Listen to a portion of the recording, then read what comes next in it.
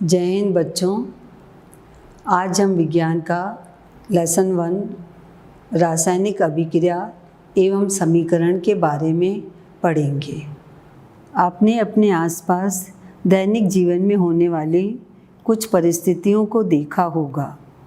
क्या होता है जब कमरे के ताप पर दूध को खुला छोड़ दिया जाता है, भोजन को पकाया जाता है, हमारा शरीर भोजन को पचा लेता है और हम सांस लेते हैं।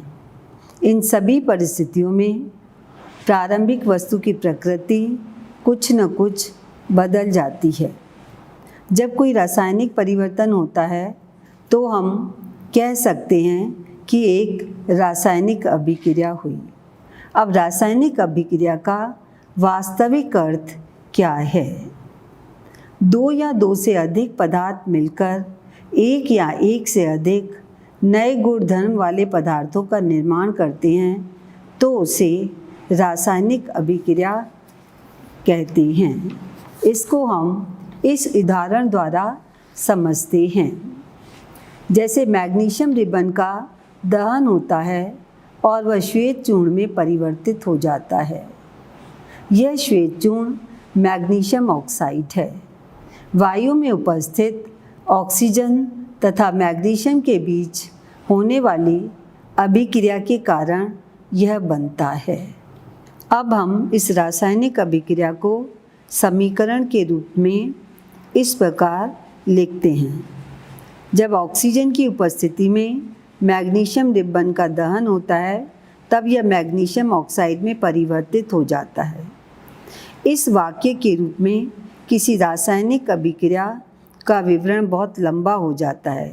इसे संक्षिप्त रूप में इस प्रकार लिखा जा सकता है: magnesium plus oxygen is equal to magnesium oxide. इस अभिक्रिया में मैग्नीशियम तथा ऑक्सीजन ऐसे पदार्थ हैं जिनमें रासायनिक परिवर्तन होता है। इन्हें अभिकारक कहते हैं। इस अभिक्रिया से एक नए पदार्थ मैग्नीशियम ऑक्साइड का निर्माण होता है। इसे उत्पाद कहते हैं। शब्द समीकरण में अभिकारकों के उत्पाद में परिवर्तन को उनके बीच एक तीर का निशान लगाकर दर्शाया जाता है। अभिकारकों के बीच प्लस का चिन्ह लगाकर उन्हें बाईं ओर यानी लेफ्ट हैंड साइड लिखा जाता है। इसी प्रकार उत्पादों के बीच भी प्लस का चिन्ह लगाकर उन्हें दाईं ओर यानी राइट हैंड साइड लिखा जाता है। तीर का सिरा हमेशा उत्पाद की ओर होता है तथा यह अभिक्रिया होने की दिशा को दर्शाता है।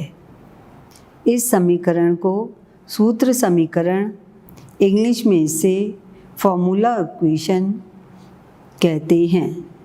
अब हम तीर के निशान के बाईं और दाईं ओर के तत्वों के परमाणुओं की संख्या की गिनती कर उनकी तुलना करेंगे।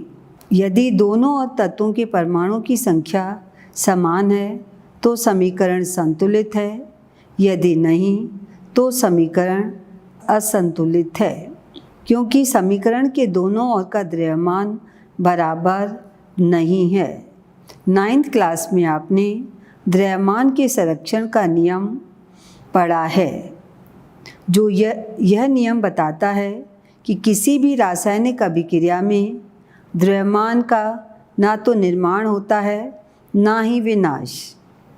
अर्थात किसी भी रासायनिक अभिक्रिया के उत्पाद तत्वों का कुल द्रव्यमान अभिकारक तत्वों के कुल द्रव्यमान के बराबर होता है।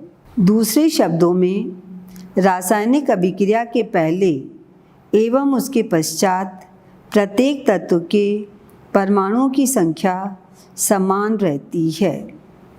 इसलिए हमें समीकरण को संतुलित करना आवश्यक होता है। अब हम इस समीकरण को इस प्रकार संतुलित करते हैं। इस अभिक्रिया में Mg तथा O2 दो तत्व हैं। अभिकारक में Mg का एक परमाणु और उत्पाद में भी मैग्नीशियम का एक परमाणु है।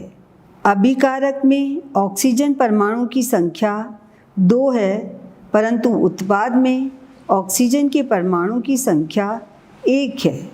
हमें 2 चाहिए। हमें इस बात का ध्यान रखना है कि संख्या को बराबर करने के लिए तत्वों तथा यौगिकों के सूत्रों को नहीं बदल सकते। जैसे कि ऑक्सीजन परमाणु को संतुलित करने के लिए 2 गुणांक लगाकर 2MgO लिख सकते हैं, लेकिन MgO2 नहीं। अब उत्पाद में ऑक्सीजन की संख्या 2 होने से मैग्नीशियम की संख्या भी 2 हो गई। इसलिए अभिकारक में उपस्थित Mg में 2 गुणांक लगाकर 2Mg करते हैं। अब इस समीकरण को इस प्रकार लिखेंगे, 2Mg plus O2 is equal to 2MgO। अब हम इस समीकरण में अभिकारक और उत्पाद के परमाणुओं की संख्या की गिनती इस प्रकार करते हैं। अभिकारक में मैग्नीशियम की संख्या 2 है और उत्पाद में भी मैग्नीशियम की संख्या 2 है। अभिकारक में ऑक्सीजन की संख्या 2 है और उत्पाद में भी ऑक्सीजन की संख्या 2 है। इसलिए हम कह सकते हैं कि यह समीकरण संतुलित है। अब हम एक और समीकरण को संतुलित करते हैं, जैसे carbon plus oxygen is equal to carbon dioxide. Reactant और प्रोडक्ट के एटम्स की संख्या को काउंट करेंगे। जैसे रिएक्टेंट में कार्बन एटम की संख्या 1 है और प्रोडक्ट में भी कार्बन एटम की संख्या 1 है। रिएक्टेंट में ऑक्सीजन एटम की संख्या 2 है और प्रोडक्ट में भी ऑक्सीजन परमाणु की संख्या 2 है। अतः हम कह सकते हैं कि समीकरण संतुलित है। रासायनिक समीकरण को अधिक सूचनापूर्ण बनाने के लिए अभिकारकों तथा उत्पादों के रासायनिक सूत्र के साथ उनकी भौतिक अवस्था को भी लिखा जाता है। अभिकारकों तथा उत्पादों के गैस, द्रव, जलीय तथा ठोस अवस्थाओं को G, द्रव को L, जलीय को AQ तथा ठोस को S से दर्शाया जाता है। अभिकारक या उत्पाद जब जल में घोल के रूप में उपस्थित होते हैं तब हम AQ लिखते हैं। आइए अब हम रासायनिक अभिक्रियाओं के प्रकार पढ़ेंगे। पहली अभिक्रिया संयोजन अभिक्रिया, जिसको अंग्रेजी में कॉम्बिनेशन रिएक्शन कहते हैं। दूसरी अभिक्रिया वियोजन अभिक्रिया, जिसको इंग्लिश में डिकम्पोजिशन रिएक्शन कहते हैं। तीसरी अभिक्रिया विस्थापन अभिक्रिया, जिसको इंग्लिश में डिकम्पोजिशन रिएक्शन कहते हैं।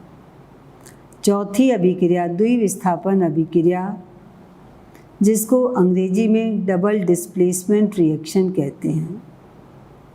फिफ्थ, पांचवी अभिक्रिया उपचयन एवं अपचयन अभिक्रिया, जिसको इंग्लिश में